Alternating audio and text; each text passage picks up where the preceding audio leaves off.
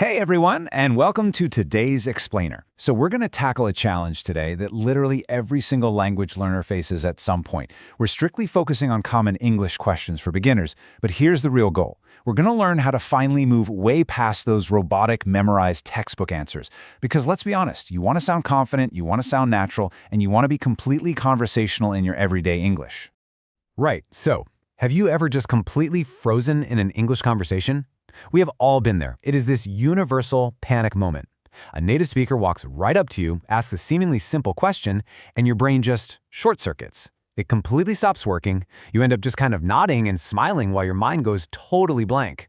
Honestly, it's perfectly normal, but we are absolutely going to fix that today. Okay, let's dive into this. Here's our roadmap for the Explainer. First, we'll go beyond the robotic greeting.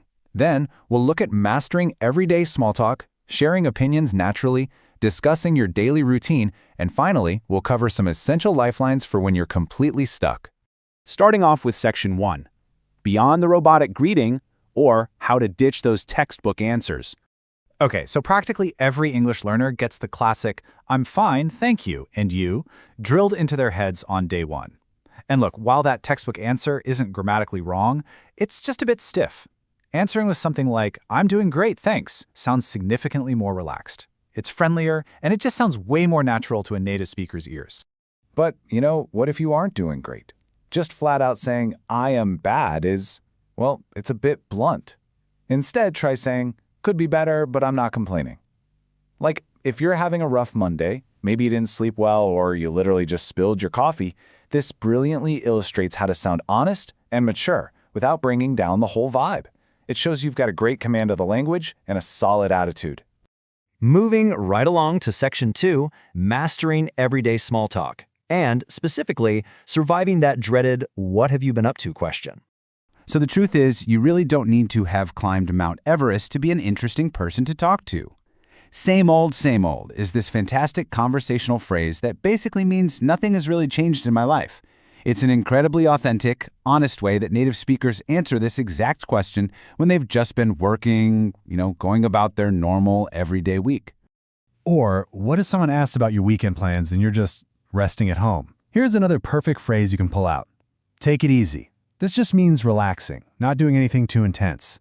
I really want to highlight this one as a perfect, natural way to describe your weekend when your only plan is to sit on the couch, watch a movie, and recharge your batteries. All right, Section 3, Sharing Opinions and Preferences. Basically, sounding natural when you're sharing your thoughts. If you want to express yourself beautifully, just follow these two simple steps. Step 1, state your opinion. For example, "I love pasta." And then Step 2, give a reason, like because it's comforting. My biggest piece of advice here is to literally never just give a one-word answer. Instead, build a little mini narrative by always attaching a why to your preference. It keeps the conversation flowing and, crucially, gives the other person something to actually respond to.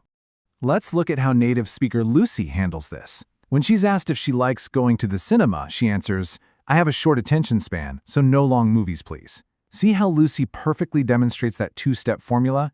She states her preference, no long movies, and immediately attaches her reason. She has a short attention span. It's super simple, but it is highly effective. So, the crucial point here is also knowing how to handle things when you disagree with someone. If you don't agree, try not to just bluntly say, "You are wrong." That can come off a bit harsh. Instead, use a phrase like, "I see your point, but I think," this is exactly how you gracefully disagree, and share your own view without sounding rude or, completely shutting down the dialogue. On to Section 4, Discussing Your Daily Routine. We're talking about explaining your everyday life and habits. Let's fix those robotic laundry list answers immediately with these natural routine starters. I highly encourage you to upgrade your vocabulary here. Try using phrases like "I tend to" or "I usually," instead of those basic rigid sentences when you're explaining your day. You can also define your habits broadly. Just saying, "I'm definitely a morning person," or "I'm not really a morning person," works wonders. Let's see how this builds into a complete, fluent thought out in the real world. Consider this real-world example from native speaker Marina. When she's discussing her dining habits, she says, "I try to eat at home, but when I work outside, I eat out." This is fantastic. You can see how Marina is taking two simple ideas and combining them using the word "but." It creates this highly fluent, conversational sentence that just sounds incredibly natural. And finally, Section 5, lifelines when you're stuck. How to survive when they speak way, way too fast. So when you're asked a question and your mind just goes completely blank, you need time. Saying well or off the top of my head buys you those precious seconds to actually think of your answer. Using these thinking phrases prevents that awkward, terrifying silence, all while letting the other person know, hey, I'm actively considering your question. But what if you genuinely just didn't hear them? Barking what is someone can sound very abrupt and honestly a little impolite. Instead, say, I didn't quite catch that. This is a remarkably polite, widely used native phrase that you can rely on anytime you mishear something. It's a real game changer. Now, what if you heard the actual words perfectly fine, but you just don't fully understand the underlying meaning of what they're saying? Try asking this. Sorry, what do you mean by that? It clearly communicates that yes, you were listening, but you just need them to explain their point in a slightly different way. And finally, for those moments when the person in front of you is just speaking at lightning speed, you can always say, sorry, could you slow down a little? I want to completely reassure you as a focused learner that native speakers absolutely do not mind being asked to slow down. Being honest and asking for a slight adjustment is always, and I mean absolutely always, better than just nodding and smiling while being completely lost. As we bring this explainer to a close, I want you to remember the phrase, go with the flow. It basically means to just see what happens with no fixed plan. And this brilliantly illustrates the exact mindset I want you to adopt as you continue practicing your English. Real conversations are dynamic, they're unpredictable. Don't stress about being perfect. Just rely on these frameworks, use your lifelines when you need them, and go with the flow. I want to conclude today by throwing a question right back over to you. What is the English question that you find the most difficult to answer?